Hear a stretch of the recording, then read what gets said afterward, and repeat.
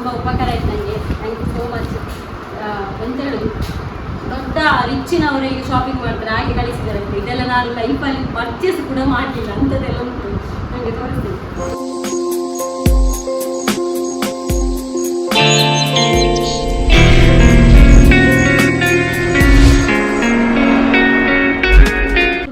Welcome back to our new vlog guys.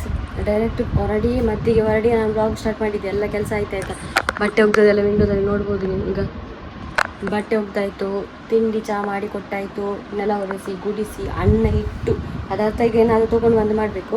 ಹಾಗೆ ಎಲ್ಲ ಮಾಡಿ ಹೊರಡಿದ್ದೆ ನಾನು. ಅದು ಮತ್ತೆ ತುಂಬ ಎಂತ ಮೇಲೆ ಕೆಲಸ ಬೀಳ್ತದೆ ನಂದು. ಹಾಗೆ ಚಿಂಚು ಆಟಾಡಲಿಕ್ಕೆ ಹೋಗಿದ್ದಾನೆ, ಆಗ ಹೋಗಿದ್ದಾನೆ ಅವನು. ಹಾಗೆ ಈಗ ಹೊರಡಿದೆ. ಮತ್ತೇನಂತೇಳಿ ನಮ್ಮೊಂದು ಮೊನ್ನೆ ಒಂದು ಫುಡ್ ಕಳಿಸಿದ್ರಲ್ಲ ಅವರು, ಪಾಪ ಎಷ್ಟು ದೊಡ್ಡ ಮನಸ್ಸಿನವರು ಅಂತ ಹೇಳಿದರೆ ನಮಗೆ ಸ್ವಲ್ಪ ಗ್ರೋಸರಿ ಕಳಿಸಿದ್ದಾರಂತೆ. ಅದಕ್ಕೆ ನಾನು ಮಾಮಿನ ಅಂಗಡಿಯಲ್ಲಿ ಇಡ್ಲಿಕ್ಕೆ ಹೇಳಿದೆ. ಪಾಪ ಅವರು ಹೆಸರು ಹೇಳಬೇಡಿ ಅಂತ ಹೇಳಿದ್ದಾರೆ. ದುಡ್ಡು ಕೊಟ್ಟರು ಇವತ್ತು ಮನೆಗೆ ನಮಗೆ ತಿನ್ನಲಿಕ್ಕೆ ಗ್ರೋಸರಿ ಕೊಡ್ತಾ ಇದ್ದಾರೆ. ಇಲ್ಲದ್ರೆ ನಾನು ಅದಕ್ಕೆ ಹಣ ಆಗಬೇಕಿತ್ತು, ಅದು ಅವರು ಕೊಡ್ತಾ ಇದ್ದಾರೆ. ದೊಡ್ಡ ಮನಸ್ಸು. ಥ್ಯಾಂಕ್ ಯು ಸೋ ಮಚ್ ಆಯಿತಾ. ದೇವರು ನಿಮಗೆ ಒಳ್ಳೇದು ಮಾಡಲಿ. ಅವರಿಗೆ ಪಾಪ ಒಳ್ಳೇದು ಮಾಡಿದಾರಾಗಿರ್ಬೇಕು, ಯಾಕಂದರೆ ಅಂಥ ಕೊಟ್ಟು ಅವರಿಗೆ ರಿಟರ್ನ್ ಸಿಗ್ತದೆ. ಈಗ ನಾನು ಯಾರಿಗೂ ಎಂತ ಹೇಳೋದು, ಮನುಷ್ಯರಿಗೆ ಅಂತೂ ದೊಡ್ಡ ಹೆಲ್ಪ್ ಮಾಡಿದವಳಲ್ಲ ನಾನು, ಆದರೆ ಪ್ರಾಣಿಗಳಿಗೆ ತುಂಬ ಹೆಲ್ಪ್ ಮಾಡಿದ್ದೇನೆ. ಅದನ್ನು ನಾನು ಹೇಳುವುದಿಲ್ಲ, ಆದರೆ ಸಣ್ಣದಿಂದ ಕೂಡ ಪ್ರಾಣಿಗಳಂದರೆ ಆಯಿತು ನನಗೆ. ಹಾಗೆ ಅದಕ್ಕೆಲ್ಲ ಹೆಲ್ಪ್ ಮಾಡ್ತಾ ಬಂದಿದ್ದೇನೆ. ಅದೇನೋ ಸಿಕ್ಕಿದ್ದು ಇವತ್ತು. ಮತ್ತು ನನ್ನ ಅಮ್ಮನನ್ನು ನೋಡುವ ಒಂದು ಫಲನ ಇವತ್ತು ಒಂದು 4 ಜನ ನನಗೆ ಹೆಲ್ಪ್ ಮಾಡ್ತಿದ್ದಾರೆ. ಥ್ಯಾಂಕ್ ಯು ಸೋ ಮಚ್ ಆಯಿತಾ. ಹಾಗೆ 10:45 ಆಯಿತು ಗಂಟೆ ಕಾಣ್ಬೋದು. ಹೋಗೋಣ ನಾವು. ಇವರ ಒಂದು ಭಕ್ತಿಯ ಫಲ ಇರ್ಬೋದು. ಎಲ್ಲರಿಗೂ ಈ ಪ್ರೀತಿ ಕೂಡ ಸಿಗುವುದಿಲ್ಲ, ಈ ಹೆಲ್ಪ್ ಕೂಡ ಸಿಗುವುದಿಲ್ಲ, ಗೊತ್ತುಂಟು. ಹಾಂ, ನಾವು ಹೊರಟ್ವಿ. ಅದು ಸ್ವಿಚ್ ಬಾರ್ದಂದು ಏನು ತರಿಟದಾದುಂಡಮ್ಮ, ಹಾಂ ಸ್ವಿಚ್ಚೇ ಬಾರ್ದು ಜೇರು ಅವಯ್ಯ. Switch ಬಾರ್ದಂದ್ರೆ oxygen ಮೂಗಬಾರ್ದು ಕುಳ್ಳುದೀನಿ.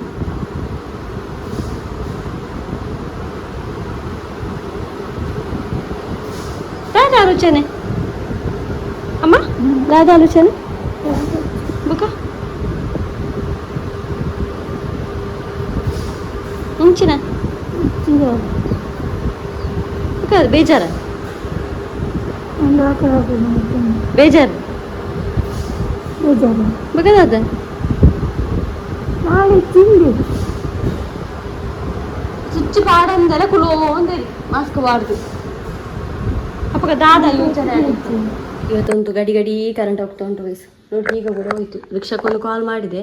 ಹಾಗೆ ಕರೆಂಟ್ ಹೋಗುವಾಗ ಕಷ್ಟ ಆಗ್ತದೆ, ಕೂತ್ಕೊಂಡಿರ್ಬೇಕಲ್ಲ. ಹಾಂ, ಫೋನ್ ಮಾಡ್ತು ಬರ್ಬೇರಿಗೆ. ಹಾಂ, ನವೀನಣ್ಣಿ. ಹಾಗೆ ಇವತ್ತು 3ನೇ ದಿನ ಇಂಜೆಕ್ಷನು. ನೋಡಬೇಕು, ಒಂದು ಸೂಜಿ ತೆಗಿಸೋದಂತಿದ್ದೇನೆ. ಇನ್ನು 2 ಡೇಸ್ ಬಿಟ್ಟು ಮತ್ತೆ ಹಾಕಿಸೋದು, ಹಾಗೆ ಗುಣ ಆಗದಿದ್ದರೆ. ಅದು ಕಂಟಿನ್ಯೂ ಸೂಜಿ ಹಾಕ್ಲಿಕ್ಕಿಲ್ಲ ಗೈಸ್. 3 ಡೇಸ್ ಬಿಟ್ಟು ಮತ್ತೆ 2 ಡೇಸ್ ಬಿಟ್ಟು ಹಾಕಿ ಇಂಜೆಕ್ಷನ್ ಚೇಂಜ್ ಮಾಡ್ತಾ ಇರ್ತಾರೆ. ಟೈಮ್ ತೊಗೊಳ್ತದೆ ಉಬ್ಬಸ ಗುಣ ಆಗಲಿಕ್ಕೆ ಅವರಿಗೆ. ಆಗ ಬಂತು ಕರೆಂಟ್. ಇದೊಂದು ಎಂಥ ಅವಸ್ಥೆ ಮಾರಿ ಇವತ್ತು. ಕರೆಂಟ್ ತೆಗೆಯುವುದು ಬರುವುದು, ಈಗ ಬಂತು ಎಂತ. ಮತ್ತು ನನಗೆ 3,500 ಕರೆಂಟ್ ಬಿಲ್ ಬಂದಿತ್ತಲ್ಲ ಗೈಸ್, ಅದನ್ನು ಮೊನ್ನೆ ನನಗೆ ಸಬ್ಸ್ಕ್ರೈಬರಿಗೆ ಹೆಲ್ಪ್ ಮಾಡ್ತಿದ್ದಾರೆ, ಗೊತ್ತಿರ್ಬೋದು ನಿಮಗೆ. ಸ್ವಲ್ಪ ಹಣ ಸಿಗ್ತಾ ಉಂಟು, ಅದರಲ್ಲಿ ಕಟ್ಟಿಬಿಟ್ಟೆ ನಾನು. ಯಾಕೆ ಗೊತ್ತಾ, ಫೀಸ್ ಏನಾದರೂ ತೆಗೆದು ಹೋದರೆ 3,700 ಆಗಿದೆ ಟೋಟಲ್. ನಾನೇನಾದರೂ ಅದನ್ನು ಕಟ್ಟದಿದ್ದರೆ, ಫೀಸ್ ತೆಗೆದ್ರೆ ಇದು ನಾವು ಹೇಗೂ ಇಡ್ತೇವೆ ಪರವಾಗಿಲ್ಲ, ಆದರೆ ಮಿಷಿನ್ ಒಂದು ರನ್ ಆಗಬೇಕಲ್ಲ, ಅದಕ್ಕೋಸ್ಕರ ನಾನು ಮೊನ್ನೆನೇ ಕಟ್ಟಿದೆ, ಡೇಟ್ ಬರೋವಂತ ಮುಂಚೆ. ಈ ಸರ್ತಿ ಆದರೂ ಕರೆಂಟ್ ಬಿಲ್ ಜಾಸ್ತಿ ಬರ್ಬೋದು, ಯಾಕಂದರೆ ಮಿಷಿನ್ ರನ್ ಆಗ್ತಾ ಉಂಟಲ್ಲ, ಅದಕ್ಕೆ ಅಷ್ಟು ವೋಲ್ಟೇಜಿನ ಸ್ಟೆಬ್ಲೈಸರ್ ಬೇಕಾದರೆ ನೀವು ತಿಳ್ಕೊಳ್ಳಿ. ಹಾಗಾದರೆ ಆ ಮಿಷಿನ್ ಎಷ್ಟು ವ್ಯಾಟಲ್ಲಿ ರನ್ ಆಗ್ತಿರ್ಬೋದಂತ. 230 250 ವ್ಯಾಟ್ ಬೇಕಾದಕ್ಕೆ. ಮತ್ತು 4 ಆಂಪಿಯರ್ ಸ್ಟೆಬ್ಲೈಸರ್ ಬೇಕು. ಅದು ಎಲ್ಲರಿಗೂ ಗೊತ್ತಾಗೋದಿಲ್ಲ. ಈ ಸ್ಟೆಬ್ಲೈಸರ್ನ ಒಂದು ಕೆಲಸದಲ್ಲಿ ಇರ್ತಾರಲ್ಲ, ಮತ್ತು AC ಎಲ್ಲ ಕೆಲಸ ಮಾಡ್ತಾರಲ್ಲ, ಅವರಿಗೆ ಗೊತ್ತಿರ್ತದೆ. ಹಾಗೆ ಹೋಗಿ ಬರುವಾಗ ಈಗ ಒಂದು ಆಟೋ ಬರ್ತದೆ, ಆಮೇಲೆ ಹೋಗಿ ಬರುವಾಗ ಅವರೊಂದು ಕಳಿಸಿದ ಗ್ರೋಸರಿ ಉಂಟಲ್ಲ, ಅದನ್ನು ಬರುವಾಗ ತರ್ತೇನೆ. ನನಗೀಗ ಪಿನಾಯಿಲೆಲ್ಲ ಬೇಕಿತ್ತು, ಮತ್ತು ನಾನು ನೋಡುವ ಅವರು ಅದರಲ್ಲಿ ಇದ್ದರೆ ಮಾವಿನಂಗಡ್ಡ. ಸರಿ, ಬರುವಾಗ ತಗೊಳ್ಳುವ. ಮತ್ತು ಅಮ್ಮನಿಗೆ ಎಳೆಯುವ ಮದ್ದಾಗಬೇಕು.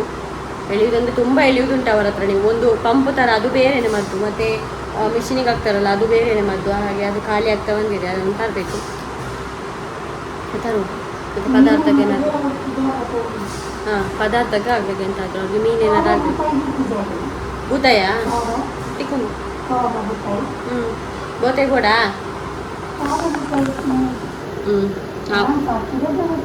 ಹಾಂ ಕನಪೆ. ಅದಕ್ಕೆ ಮೀನಿನ ಮಾರ್ಕೆಟಿಗೆ ಹೋಗ್ಬೇಕು, ಇಲ್ಲಾಂದರೆ ಸಿಗೋದಿಲ್ಲ ಬೇರೆ ಕಡೆ ಎಲ್ಲ. ದಪ್ಪದ ಬೂತಾಯಿ ಅಂತೆ ಅವರಿಗೆ, ಒಂದು 100 ರೂಪಾಯಿ ತಂದರೆ ಅವರಿಗೆ ಆಗ್ತದೆ. ಚಿಂಚೇನು ತಿಂದು ತಿಂದಿದೆ ಅದು. ಹಾಂ ಅದೇ ಅವನು ಅದೆಲ್ಲ ತಿಂದಿಲ್ಲ. ಸರಿ ಹೋಗಿ ಬರುವಾಗ ಬರಲಿಲ್ಲ ಗೈಸ್ ರಿಕ್ಷಾ. ನಮ್ಮ ಯಾವಾಗ ರಿಕ್ಷಾ ಅಲ್ಲ, ಆವಾಗ ವೆಯ್ಟ್ ಮಾಡ್ತಿದ್ದೇನೆ. ಯಾಕಂದರೆ ಅವರನ್ನೇ ಯಾಕೆ ಹೇಳೋದು ಅಂತ ಹೇಳಿದರೆ, ಅವರು ಸ್ವಲ್ಪ ನಿಲ್ತಾರೆ ಅಂತ. ಬಾಕಿದವರೆಲ್ಲ ಅವಸರ ಮಾಡ್ತಾರಲ್ಲ, ಅವರಿಗೆ ನನಗೆ ಎಲ್ಲಿ ಅದು ಅಂಗಡಿಗೆಲ್ಲ ಹೋಗ್ಲಿಕ್ಕಿತ್ತು, ಅಲ್ಲಿ ಸ್ವಲ್ಪ ನಿಲ್ತಾರೆ. ಹಾಗಾಗಿ ಅವರನ್ನು ಹೇಳೋದು ನಾನು ರಿಕ್ಷಾ. ನನಗೆ ಸುಸ್ತಾಗೋದು ಗೈಸ್, ತುಂಬ ಸುಸ್ತಾಗೋದು ಈಗ. ಅದು ಒಂದು ಬೆಳಗ್ಗೆ ಶುರು ಮಾಡ್ತೇನೆ, ಇನ್ನು ನನಗೆ ರೆಸ್ಟ್ ಅಂತ ಸಿಗೋದು ಯಾವಾಗ ಗೊತ್ತುಂಟ, 1-2-2:30ಗೆ ಸ್ವಲ್ಪ ಸಿಗ್ತದೆ. ಅದು ಕೂಡ ಮತ್ತೆ ಪುನಃ ಸ್ಟಾರ್ಟ್ ಆಗ್ತದೆ. ಚಹಾ ಇಡೋದು, ಮನೆಗೆ ನೆಬ್ಬು ಕೊಡೋದು, ಸ್ನಾನ ಮಾಡಿಸೋದು, ಅದೆಲ್ಲ ಆಗುವಾಗ ಆಗ್ತದೆ ಆಯಿತಾ, 4:15 ಆಗ್ತದೆ. ಆಮೇಲೆ ನೈಟ್ ಇದ್ದು ಮತ್ತೆ ಶುರು. ಹಾಗೆ ಅಂದರೆ ಅವರು ಆ ಕಡೆ ಈ ಕಡೆ ಹೋಗ್ಲಿಕ್ಕೆ ಆಗೋದಿಲ್ಲಲ್ಲ, ಎಲ್ಲ ಹತ್ತಿರ ತಂದು ಮಾಡಬೇಕು, ಮತ್ತು ಸ್ನಾನ ಮಾಡಿಸ್ಬೇಕು. ಒಂದು ಮಗು ಇದ್ದಾಗ ಅವರೀಗ ಮಗುವನ್ನು ಹೇಗೆ ನಾವು ನೋಡ್ಕೊಳ್ಬೇಕಾ ಹಾಗೆ ನೋಡ್ಕೊಳ್ಬೇಕು. ನಮಗೆ ಬೇಕಾ ನಾವು ನೋಡ್ಬೇಕಷ್ಟೇ. ಬೇಡ್ಕನ ಪೋಯ ರಿಕ್ಷಾ ಬರ್ತಾನೆ.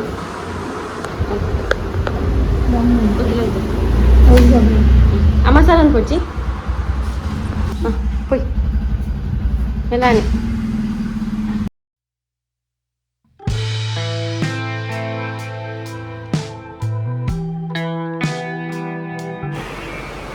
ಆಯಿತು ಗೈಸ್, ಇಂಜೆಕ್ಷನ್ ಇವತ್ತು ಇದಾಯಿತು. ಈಗ ತುಕ ಸೂಜಿ ಎಲ್ಲ ತೆಗಿಸಿದ್ರು.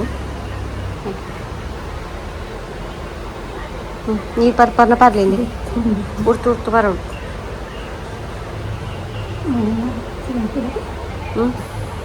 ರಿಕ್ಷಾ ಬನ್ನೇಟ ಬರೋಲ್ಲ ತಾತು ಬರ್ತಾಪನ ಹೌದಾ ಚೌಲಿ ತಾಪು.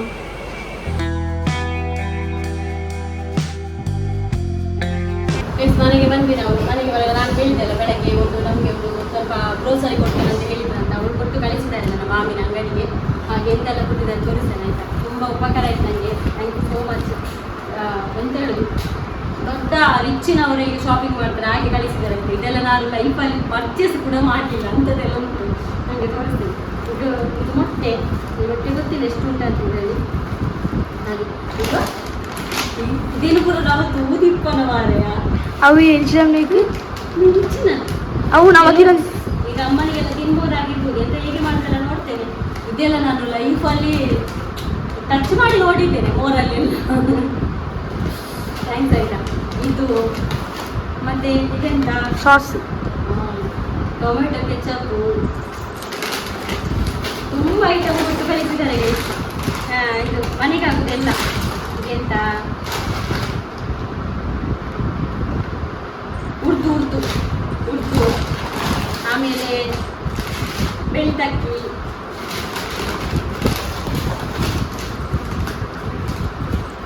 ಇದು ದೋಸೆ ಮಾಡುವ ಅಕ್ಕಿ, ಉಳಿದಾದ ಊಟ ಬೇತೆ ಇಡ್ಲಿ ದಾಳಿ ಬೇತೆ, ದೋಸೆ ದಾಳಿ ಬೇತೆ, ಮತ್ತೆ ಹೆಸರು ಕಾಳು, ಮತ್ತೆ ಹಾಲು ನೋಡಿ ಅಂತೆ. ನಾವೆಲ್ಲ ನಂದಿನಿ ಹಾಲು ಪ್ಯಾಕೆಟಲ್ಲಿ ಅಂಥದ್ದೆಲ್ಲ ನೋಡಿರೋದು. ಗುಡ್ ಲೈಫ್ದು ಹಾಲು,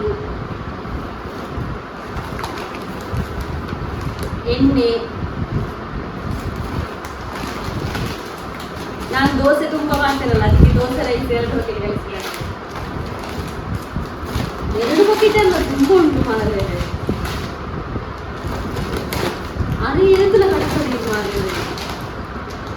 ಇದು ಒಂದು ಸಾರು ಮಾಡ್ತಾರೆ ಬೇಳೆ ದಾಲ ಇದೊಂದು ಗೋಡಿತ್ತು ನಿಜನೇ. ಅವರೆಲ್ಲ ಪಣ ಹೋಗಿತ್ತು ದಾಲು ಅಕ್ಕಿ ತುಂಬ ಕಳಿಸಿದ್ದಾರೆ. ಇದು ದೋಸೆ ಮಾಡುವ ರೈಸ್. ಮತ್ತೆ ಈಗ ತುಪ್ಪ, ಮತ್ತೆ ಅದಕ್ಕಿಂತ ಕೂಡ ಒಂದು ಹೆಚ್ಚು ಒಂದು ಕಳಿಸಿದ್ದಾರೆ. 2 ಪ್ಯಾಕೆಟ್ ಪನೀರ್ ಕೂಡ ಕಳಿಸಿದ್ದಾರೆ. ಥ್ಯಾಂಕ್ಸ್ ಆಯ್ತಾ. ತುಂಬ ಹಣ ಆಗಿರ್ಬೋದು ಕಡಿಮೆಯಲ್ಲಿತ್ತು. ಮತ್ತೀಗ ಸೋನ್ ಮಸೂರಿ ಅಕ್ಕಿ, ಮತ್ತೆ ಇಷ್ಟು ದೊಡ್ಡ ಇಂಥ ಗೋಧಿ ಹುಡಿ, ಆಮೇಲೆ ಇನ್ನೊಂದು ಬಾಟ್ಲು ಹಾಲು. ಇಷ್ಟನ್ನು ನಮಗೆ ನಮ್ಮ ಒಂದು ಮೊನ್ನೆ ಒಂದು ಫುಡ್ಡು ಕಳಿಸಿದ್ರಲ್ಲ ಬೆಕ್ಕಿದ್ದು, ಅವರು ಫುಡ್ ಕಳಿಸಿದ್ರು. ಅವರ ಹೆಸರು ಹೇಳುವುದಂತ ಬೇಡ ಅಂತ ಹೇಳಿದ್ದಾರೆ. ಹಾಗೆ thank you so much. Video ನೋಡ್ತಾ ಇದ್ದೇನೆ. ನಿಮಗೆ ದೇವರು ಆರೋಗ್ಯ ಆಯುಷ್ಯ ಎಲ್ಲ ಕೊಟ್ಟು ಯಾವಾಗಲೂ ಲೈಫ್ ಲಾಂಗ್ ಒಳ್ಳೆಯದಾಗಿ ಇಡ್ಲಿ. ನಮ್ಮದೆಲ್ಲ ಪಂಪೇರ ಬಾನಲ್ಲಿ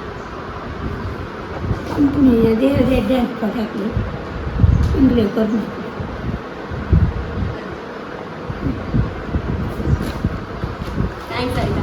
ನಾನು ಇಂಥ ರೈಸ್ ಗ್ರೋಸರಿ ಉಂಟಲ್ಲ ತಗೊಂಡದ್ದು ಯಾವಾಗ ಗೊತ್ತುಂಟಾ? ಕೊರೋನಾ ಟೈಮಲ್ಲಿ ಒಂದು ಯಾರೋ ಕೊಟ್ಟಿದ್ದಾರೆ ಅದೇವಾ 10 kg ಅಕ್ಕಿ, ಮತ್ತೆ ಅದೇ ಆವಾಗನೇ ತಗೊಂಡದ್ದು. ಅದಾದ್ಮೇಲೆ ಇನ್ನು ಎಷ್ಟು ತಗೊಂಡದ್ದು ಇದೆ ಈಗಲೇ. ಈಗ ನನ್ನ ಟೈಮ್ ಸಹ ಇಲ್ಲ, ಹಾಗಾಗಿ ನಾನು ಎಲ್ಲರೂ ತಗೊಂಡೆ. ನಮಗೊಂದು ಒಂದೂವರೆ ತಿಂಗಳಿಗೆ ತಿನ್ಬೋದು ಅದೇವಾ.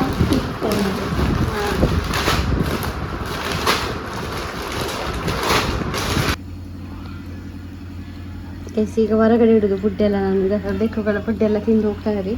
ಹಾಗೆ ಅವರು ಕೊಡೋದ್ರಿಂದ ನಾನೊಂದು ಇಲ್ಲಿ ಬೇರೆ ಬೆಕ್ಕುಗಳಿಗೂ ಹಾಕುವಾಗೆ ಆಯಿತು ಫುಡ್. ಪಾಪ ಅದಕ್ಕೆ ಯಾರು ಹಾಕ್ತಾರೆ?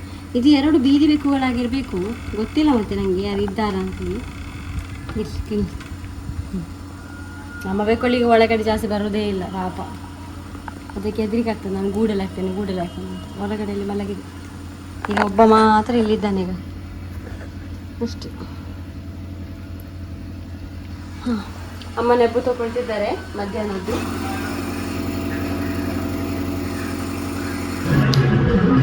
ಅಮ್ಮ ಮೊಟ್ಟೆ ತಿಂತಾ ಇದ್ದಾರೆ. ಆಗ ಕೊಟ್ಟು ಕಳಿಸಿದ್ರಲ್ಲ ಅವ್ರ ಸಬ್ಸ್ಕ್ರೈಬರ್, ಅದು ಮೊಟ್ಟೆ.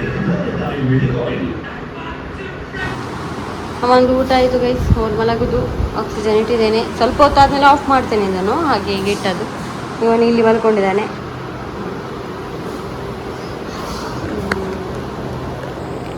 ಬೆವರಿ ಲೋಕ ಇಲ್ಲ ಗೈಸ್, ಎಂಥ ಶೆಕೆ ಅಂತ ಇಲ್ಲ ಈಗ. ಈ ಮಧ್ಯದಲ್ಲಿ ಕೂಡ ಅಂದರೆ ಬೆಳಗ್ಗೆ ಅಷ್ಟು ಶೆಕೆ ಆಗ್ತಿರ್ಲಿಲ್ಲ, ಈಗ ರಾತ್ರಿ ತುಂಬ ಶೆಕೆ ಆಗ್ತಾ ಉಂಟು. ನಾನು ಕಮೆಂಟ್ ಎಲ್ಲ ಓದ್ತೀನಿ. ಅವನು ಬರ್ಮುಡ್ ಹಾಕಿದ್ದಾನಲ್ಲ, ಅದು ಮೊನ್ನೆ ನಾನು ಉದ್ಯಾವರದಿಂದ ತಂದದಾಯ್ತಾ.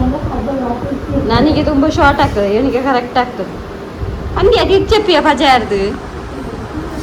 ಪಜಪ್ಪು ಮಿತ್ತಿ ಚೆಪ್ಪಿಗೆ ಹಾಗೆ. ಮತ್ತು ನಾಳೆ ಆದರೆ ಚಿಂಚುವಿನ ಒಂದು ಬುಕ್ಸ್ ಎಲ್ಲ ತೆಗಿಲಿಕ್ಕೆ ಶಾಪಿಂಗ್ ಹೋಗ್ಬೇಕಂತ ಉಂಟು ನಾಳೆ. ಈಗ ನಾವು ಕಮೆಂಟ್ ಓದುವ. 1 ನಿಮಿಷ, ನಾನು ಇದು ಲೈಟ್ ಹಾಕ್ತೀನಿ. ಏನಂತ ವಿಷಯ ಅಂತ ಹೇಳಿದರೆ, ಈಗ ತುಂಬ ಜನಕ್ಕೆ ಅಮ್ಮನಿಗೆ ಏನಾಗಿದೆ ಅಂತಲೇ ಗೊತ್ತಿಲ್ಲ. ಅಂದರೆ ಕೆಲವರು ತಿಳ್ಕೊಂಡಿದ್ದಾರೆ ಅವರಿಗೆ ಅಸ್ತಮ ಮಾತ್ರ ಇರುವುದು, ಅಸ್ತಮಕ್ಕೆ ಟ್ರೀಟ್ಮೆಂಟ್ ಆಗ್ತು ಅಂತೇಳಿ.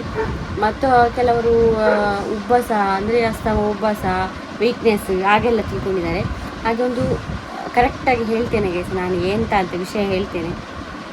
ಏನಂತ ಹೇಳಿದ್ರೆ, ಅಮ್ಮನಿಗೆ ಸಣ್ಣ ಏಜಲ್ಲಿ ದಮ್ಮು ಕಟ್ಟು ಸ್ಟಾರ್ಟ್ ಆಗಿತ್ತು. ಸಣ್ಣ ಏಜ್ ಅಂದರೆ ಅವರು ಒಂದು ಖುಷಿಗಿಂತ ಸಣ್ಣ ಇರುವ ಏಜಲ್ಲಿ ದಮ್ಮು ಕಟ್ತಾ ಇತ್ತು. ದಮ್ಮು ಕಟ್ತಿರುವಾಗ ಅವ್ರು ಟ್ರೀಟ್ಮೆಂಟ್ ಸಿಗಲಿಲ್ಲ ಆವಾಗ. ಆಮೇಲೆ ಬೆಳೀತಾ ಅದೇನಾಯಿತು, ಜೋರಾಯಿತು ದಮ್ಮೆ. ಆಮೇಲೆ ಮದುವೆ ಆದಮೇಲೆ ಅವರಿಗೆ ತುಂಬ ಪ್ರಾಬ್ಲಮ್ ಆಯಿತು. ಆಮೇಲೆ ಅದೇ ಜೋರಾಗಿ ವೀಕ್ ಕೂಡ ಇದ್ರು ಜೀವನದಲ್ಲಿ. ಆದರೂ ಆವಾಗ ಒಂದು ಗೌರ್ಮೆಂಟ್ ಡಾಕ್ಟ್ರ್ ಹತ್ರ ಎಲ್ಲ ಹೋಗಿ ಟ್ಯಾಬ್ಲೆಟ್ ತೊಗೊಂಡು ಅದರಲ್ಲಿ ಸ್ವಲ್ಪ ದಿನ ಗುಣ ಆಗ್ತಿತ್ತು, ಇಷ್ಟು ಜೋರಾಗ್ತಿರ್ಲಿಲ್ಲ. ಆದರೆ ಉಬ್ಬಸ ಉಂಟಲ್ಲ, ಏಜ್ ಆದಾಗೆ ಉಬ್ಬಸ ಜಾಸ್ತಿ ಆಗ್ತದೆ ಹೋಗ್ತದೆ, ಅಂದರೆ ಕಂಟ್ರೋಲಿಗೆ ಸಿಗೋದಿಲ್ಲ. ಟ್ಯಾಬ್ಲೆಟಲ್ಲಿ ಸ್ವಲ್ಪ ಕಂಟ್ರೋಲಿಗೆ ಬರುತ್ತೆ. ಈಗ ಅಮ್ಮನಿಗೆ ಸಮಸ್ಯೆ ಏನು ಗೊತ್ತಾ? ಆಕ್ಸಿಜನ್ ಮಿಷಿನ್ ಇಡೋದು ದಮ್ಮು ಕಟ್ಟೋದಕ್ಕೆ ಅಲ್ಲ. ಕೆಲವರು ತಿಳ್ಕೊಂಡಿದ್ದಾರೆ ಉಬ್ಬಸಕ್ಕಂತೇಳಿ. ಅಲ್ಲ, ಅಮ್ಮನಿಗೆ ಆಕ್ಸಿಜನ್ ಮಿಷನ್ ಇಡೋದು ಯಾಕಂತ ಹೇಳಿದರೆ, ಈಗ ಉಬ್ಬಸ ಕಟ್ಟಿ ಆ ದಮ್ಮು ಕಟ್ತಾರಲ್ಲ ಸಣ್ಣದ್ರಿಂದಲೂ, ಅದರಿಂದ ಶ್ವಾಸಕೋಶ ತುಂಬ ವೀಕ್ ಆಗಿದೆ, ಉಸಿರಾಡಲು ಕಷ್ಟ ಆಗ್ತದೆ. ಅಲ್ಲದೆ ನಮ್ಮ ಪಲ್ಸ್ ಉಂಟಲ್ಲ ಲೋ ಆಗ್ತಾ ಹೋಗ್ತದೆ. ಪಲ್ಸ್ ಅಂದರೆ ಇಲ್ಲೊಂದು ಟಿಕ್ ಆಗ್ತದಲ್ಲ, ಇಲ್ಲಿ ನೋಡ್ತಾರೆ ನಿಮ್ಗೆ ಗೊತ್ತಿರ್ಬೋದು. ಅದು ನಮ್ಮ ಹತ್ರ ಎಲ್ಲ ಉಂಟಲ್ಲ, ನಾವೀಗ ನಾರ್ಮಲ್ ಆಗಿ ನಮ್ಮ ಹತ್ರ ಒಂದು 95, 97 ಇರ್ತದೆ. ಉಬ್ಬಸದ ಪೇಷಂಟ್ ಮಾಡ್ತಾ ಒಂದು 90, 89 ಹಾಗೆ ಇರ್ತದೆ. ಇವರಿಗೆ ಇವಾಗ ಎಷ್ಟು ಉಂಟು ಗೊತ್ತಾ? 75, 74 ಹಾಗೆಲ್ಲ ಉಂಟು. ಅದು ಉಬ್ಬಸ ಮತ್ತೆ ಕೂಡ ನಾವು ಆಕ್ಸಿಜನ್ ಮಿಷನ್ ಇಡದಿದ್ದರೆ ಅದು ಮತ್ತೆ 60, 50, 40 ಅಂತ ಹೋಗ್ತದೆ. ಹಾಗೆ ಹೋಗಬಾರ್ದು. ಹಾಗೆ ಹೋದರೆ ಆ ಮನುಷ್ಯ ಇಲ್ಲ ಆಮೇಲೆ. ಹಾಗೆ ಅದಕ್ಕೋಸ್ಕರ ಆಕ್ಸಿಜನ್ ಇಡುದು ಅದು ಮತ್ತೆ ಒಂದು ಅವರಿಗೆ ಇಲ್ಲಿ ಒಂಥರ ಸಮಾಧಾನ ಆಗ್ತದೆ, ಉಸಿರಾಟ ಹೇಳಲಿಕ್ಕೆಲ್ಲ ಸರಿ ಆಗ್ತದೆ, ಪಲ್ಸ್ ಕೂಡ ಸರಿ ಆಗ್ತದೆ. ಹಾಗಾಗಿ ಅದಕ್ಕೆ ಅದಕ್ಕೆ ಟೆನ್ಷನ್ ಆಗೋದು ನನಗೆ, ಕರೆಂಟ್ ಇಲ್ಲದಾಗ, ಆಕ್ಸಿಜನ್ ಮಿಷಿನ್ ರನ್ ಆಗದಾಗ. ಹಾಗೆ ಆ ಒಂದು ಬಲ ಸಿಗ್ತದೆ ಶ್ವಾಸಕೋಶಕ್ಕೆ, ಅದನ್ನು ಯಾರು ಬೇಕಾದರೂ ತೊಗೊಳ್ಬೋದು. ಈವನ್ ಈಗ ಹುಷಾರಿದ್ದವರು, ನಾನು ಕೂಡ ಯಾವಾಗಾದರೂ ಬೇಕಾದರೆ ಇಟ್ಕೊಳ್ಬೋದು, ನನಗೆ ಬೇಕಂತ ಹೇಳಿದರೆ ಏನೂ ಸಮಸ್ಯೆ ಬರುವುದಿಲ್ಲ ಯಾರಿಗೆ. ಅಂದರೆ ಅದು ಒಳ್ಳೆಯದು, ಎಂತ ಆಗೋದಿಲ್ಲ. ನಾನೆಲ್ಲ ಡಾಕ್ಟರ್ ಹತ್ರ ಕೇಳಿದ್ದೀನಿ. ಈಗ ಎಷ್ಟು ಉಂಟು ಗೊತ್ತಾ ಪಲ್ಸ್ ಅವರಿಗೆ? 89 ಉಂಟು ಇವಾಗ. ಮೊನ್ನೆಯಿಂದ ನಾವು ಮದ್ದು ಮಾಡ್ತೇವೆ, ಉಬ್ಬಸ ಎಲ್ಲ ಕಡಿಮೆ ಆಗಿದೆ, ಆದರೂ ಪಲ್ಸ್ ಬರ್ತಾ ಇಲ್ಲ. ಹಾಗೆ ಮದ್ದು ಮಾಡಿ ಈಗ ಒಂದು 89ಗೆ ತಲುಪಿದೆ. ಅದು ಒಂದು 92, 93 ಆಗಬೇಕು, ಅಲ್ಲಿಗೆ ಅಮ್ಮ ಪರ್ಫೆಕ್ಟ್ ಹುಷಾರಾಗಿರ್ತಾರೆ. ಹುಷಾರಾದರೂ ಇನ್ನು ಅವರನ್ನು ತುಂಬ ಜಾಗ್ರತೆಯಲ್ಲಿ ನೋಡ್ಕೊಳ್ಬೇಕು. ತುಂಬ ನಡಿಬಾರ್ದು ಅವರು. ಹೋಗುವುದಾದರೆ ಮನೆ ಅಂಗಳದಲ್ಲೇ ರಿಕ್ಷಾವ ತರಿಸೋದು, ಇಲ್ಲ ಗಾಡಿ ತರಿಸೋದು, ಅಲ್ಲಿಂದಲೇ ಹೋಗಬೇಕು ಅವರು. 4 ಗಂಟೆ ಒಳಗೆ ಮನೆಗೆ ಬರಬೇಕು ಹೋಗುವುದಾದರೆ. ಮತ್ತು ಫುಡ್ಡಲ್ಲಿ ಎಲ್ಲ ನಾನು ಕಂಟ್ರೋಲ್ ಮಾಡಬೇಕು. ಮತ್ತು ಬೆಕ್ಕನ್ನು ಅವನು ಹೇಳಿದ್ರಂತೇಳಿ ಅದಕ್ಕೂ ಕೂಡ ಒಂದು ವ್ಯವಸ್ಥೆ ಮಾಡಿ ಆಗಿದೆ ಈಗ. ಅಂದರೆ ಬಿಡ್ತೇನೆ, ಹೊರಗೆ ಬಿಡ್ತೇನೆ, ಆಮೇಲೆ ಗೂಡಲ್ಲಿ ಹಾಕಿಡೋದು. ಈಗ ಒಳಗೆಲ್ಲ ಅಲ್ಲಲ್ಲಿ ಮಲಗಲಿಕ್ಕೆಲ್ಲ ಇಲ್ಲ. ಮೊದಲು ಪಾಪ ಫ್ರೀಡಮಲ್ಲಿ ಇದ್ದರು, ಅದೇನು ಮಾಡೋದು, ಅಮ್ಮನ ಜೀವ ಇಂಪಾರ್ಟೆಂಟ್ ನನಗೆ, ಅದಕ್ಕೋಸ್ಕರ. ಮತ್ತೆಂತ ಧೂಳು ಎಲ್ಲ ಮನೆಗೆ ಬರಬಾರ್ದು, ಅದನ್ನೆಲ್ಲ ನೋಡ್ಕೊಳ್ಬೇಕು. ಹಾಗೆ ತುಂಬ ಜಾಗ್ರತೆ ಮಾಡಬೇಕು. ಶೀತದ್ದು ಕೊಡಬಾರ್ದು, ಒಟ್ಟರಷ್ಟು ಅವರಿಗೆ ಶೀತ ಆಗಬಾರ್ದು. ಅದು ಶೀತ ಆದರೆ ಉಬ್ಬಸ ಜಾಸ್ತಿ ಆಗೋದು, ಆಮೇಲೆ ದಮ್ಮು ಇಳಿದ ಕೂಡಲೇ ಶ್ವಾಸಕೋಶ ವೀಕ್ ಆಗಿದೆ, ಪಲ್ಸ್ ಸ್ಲೋ ಆಗೋದು. ಈಗ ಅರ್ಥ ಆಯ್ತು ಅಂತ ತಿಳ್ಕೊಳ್ತೇನೆ ಎಲ್ಲರಿಗೂ. ಹಾಗೆ ಕೆಲವು ಜನಕ್ಕೆ ಗೊತ್ತೇ ಇಲ್ಲ ಅವರಿಗೆ ಎಂಥ ಸಮಸ್ಯೆ ಅಂತ, ಹಾಗೆ ಹೇಳಿದ್ದೆ. ಸರಿ, ಇನ್ನು ನಾವು ಕಮೆಂಟ್ ಓದುವಾಗ ತುಂಬ ಉದ್ದ ಆಯಿತಾ ಅಂತ ವೀಡಿಯೋ ಕೂಡ ನಾನು ಮಾತಾಡಿ ಓದು. 1-2 ಆದರೂ ಕಮೆಂಟ್ ಪಿಕ್ ಮಾಡಬೇಕು, ಇಲ್ಲಾಂದರೆ ಸರಿ ಹೋಗೋದಿಲ್ಲ. ಡೈಲಿ ಓದ್ತೇನಲ್ಲ, ಅದಕ್ಕೋಸ್ಕರ ತುಂಬ ಜನ ಕಾದು ಕೂರ್ತಾರೆ ಕಮೆಂಟಿಗೋಸ್ಕರ. ಪೂರ್ಣಿಮಾ ಪ್ರಸಾದ್ ಒಳ್ಳೆ ಕಮೆಂಟ್ ಮಾಡಿದ್ದಾರೆ. Love you Sandhya, god bless you, wish I could come and meet you ಈ pure soul. Thank you so much. ನನಗೆ ಅಂದರೆ ಎಂತಾದರೂ ಅನಿಸಿದರೆ ನಾನು ಕ್ಯಾಮರಾದಲ್ಲಿ ಹೇಳೋದು ಗೈಸ್. ಈಗ ನನಗೆ ಕ್ಯಾಮರಾವೇ ಒಂದು ದೊಡ್ಡ ಫ್ರೆಂಡ್ ನನಗೆ.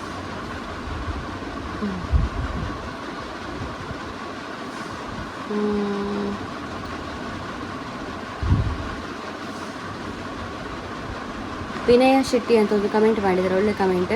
ಹಾಯ್ ಸಂಧ್ಯಾ, ಮನುಷ್ಯ ಅಂದ ಮೇಲೆ ಕಷ್ಟ ಸಹಜ, ಆದರೆ ನೀನು ಒಬ್ಬಂಟಿ ಹೆಣ್ಣು, ಒಂದು ಮನೆಯನ್ನು ನಡೆಸುತ್ತಿದ್ದಿ. ದೇವರು ಒಂದಲ್ಲ ಒಂದು ದಿನ ನಿನ್ನ ಕಷ್ಟಕ್ಕೆ ಫುಲ್ ಸ್ಟಾಪ್ ಇಡ್ತಾನೆ. ಅಮ್ಮ, ನೀವು ತುಂಬ ಲಕ್ಕಿ, ಸಂಧ್ಯಾನಂತ ಮಗಳು ಇದ್ದದ್ದು. Thank you so much. ಆದರೆ ಅಮ್ಮನಿಗೆ ಅಷ್ಟು ಏನು ನನ್ನ ಹತ್ರ ತುಂಬ ಪ್ರೀತಿ ಏನು ಇಲ್ಲ ಗೈಸ್, ಅದು ಗೊತ್ತಿರ್ಬೋದು ನಿಮಗೆ. ಯಾಕಂದರೆ ಅವರಿಗೆ ಗಂಡು ಮಕ್ಕಳ ಮೇಲೆ ತುಂಬ ಪ್ರೀತಿ, ನನ್ನ ಮೇಲೆ ಅಷ್ಟೇನಿಲ್ಲ. ಸಣ್ಣದರಲ್ಲಿ ಅವರಿಗೆ 6 ಡೆಲಿವರಿ ಆಗಿದೆ, ಅದು ಉಳಿಲಿಲ್ಲ.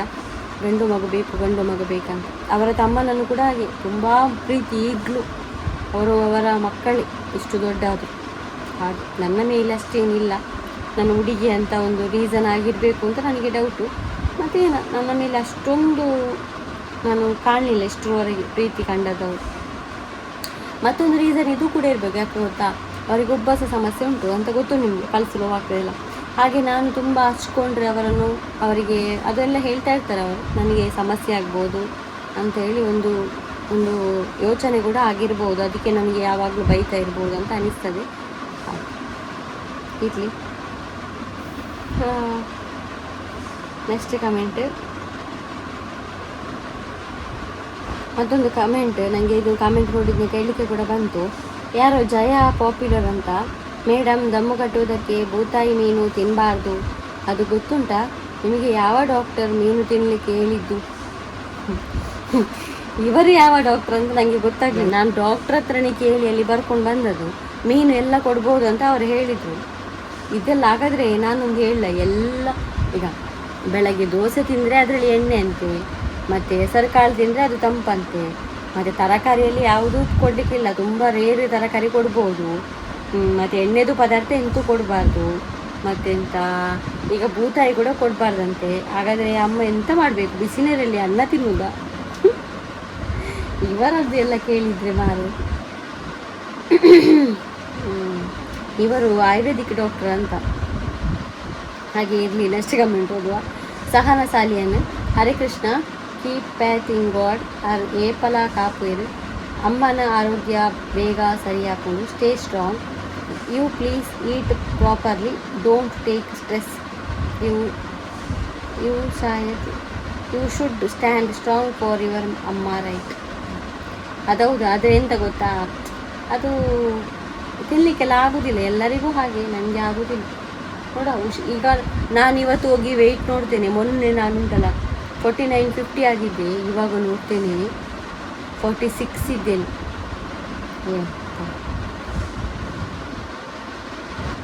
ತುಂಬ ಕಮೆಂಟ್ ಓದಿದೆ, ಸಾಕು ಸಾಕು ಗೈಸ್, ತುಂಬ ಲೆಂತ್ ಆಗ್ತದೆ ವಿಡಿಯೋ. ಹಾಗೆ ಮತ್ತು ಎಲ್ಲರಿಗೂ ಥ್ಯಾಂಕ್ ಯು ಸೋ ಮಚ್. ನಮಗೆ ಒಂದು ಇವತ್ತು ಗ್ರೋಸರಿ ಕೊಟ್ಟಂತ ಅವರು ಇದ್ದಾರಲ್ಲ, ಅವರಿಗೆ ಥ್ಯಾಂಕ್ ಯು ಸೋ ಮಚ್. ಅವರೆಷ್ಟು ದೊಡ್ಡ ಮನಸ್ಸು ನೋಡಿ, ಹೆಸರು ಕೂಡ ಮೆನ್ಷನ್ ಮಾಡಬೇಡಿ ಅಂತ ಹೇಳಿ ಕಳಿಸಿದ್ದಾರೆ. ಯಾರಿದ್ದಾರೆ ಈಗಿನ ಕಾಲದಲ್ಲಿ. ಮತ್ತು ನನಗೆ ಮೊನ್ನೆಲ್ಲ ಗೂಗಲ್ ಪೇ ಮಾಡಿದವರು ಕೂಡ ಅವರು ಏನೂ ಮೆನ್ಷನ್ ಮಾಡಲಿಲ್ಲ, ಒಂದು ಮೆಸೇಜ್ ಕೂಡ ಮಾಡಲಿಲ್ಲ, ಆಯಿತಾ. ಅವರಿಗೆಲ್ಲರಿಗೂ ಥ್ಯಾಂಕ್ ಯು. ಹಾಗೆ ಇವತ್ತಿನ ಒಂದು ವಿಡಿಯೋ ಇಷ್ಟ ಆಗಿದ್ದರೆ ಲೈಕ್ ಮಾಡಿ, ಫಸ್ಟ್ ಟೈಮ್ ನಮ್ಮ ಚಾನಲ್ ನೋಡಿ ಸಬ್ಸ್ಕ್ರೈಬ್ ಮಾಡಿ. ಸಿಗೋಣ ಗೈಸ್ ನಾಳೆ ಅವನಿಗೊಂದು ಬುಕ್ಸು ಯೂನಿಫಾರ್ಮ್ ಎಲ್ಲ ತೊಗೊಳ್ಬೇಕಂತ ಉಂಟು. ಹಾಗೆ ದೇರ್ಲಕಟ್ಟೆಯಲ್ಲೇ ತೊಗೊಳ್ಳುವ. ನಾನು ನಿಜವಾಗಿ ಅಮ್ಮ ಹೆಲ್ತ್ ಎಲ್ಲ ಸರಿ ಇದ್ದಿದ್ರೆ ಈಗ ಮ್ಯಾಂಗ್ಳೂರಿಗೆ ಹೋಗಿ ಹೋದ ವರ್ಷ ತೊಗೊಂಡಿದ್ದೇನಲ್ಲ, ಹಾಗೆ ತೊಗೊಳ್ತಿದ್ದೆ. ಈಗ ಬೇಡ, ನಮ್ಮ ನಿಯರಲ್ಲೇ ಬೇಗ ತೊಗೊಂಡು ಬರುವ ಮನೆಗೆ, ನಾನು ಬರಲೇಬೇಕು, ಬೇಗ ಬರಬೇಕಲ್ಲ, ಅದಕ್ಕೋಸ್ಕರ. ಆದರೆ ಹೋದ ವರ್ಷ ಇದೇ ಟೈಮಲ್ಲಿ ಅಮ್ಮನಿಗೆ ಹುಷಾರಿರಲಿಲ್ಲ, ಈ ವರ್ಷ ಕೂಡ ಅದೇ ಟೈಮ್. ಸಿಗೋ ಗೈಸ್, ಟಾಟಾ.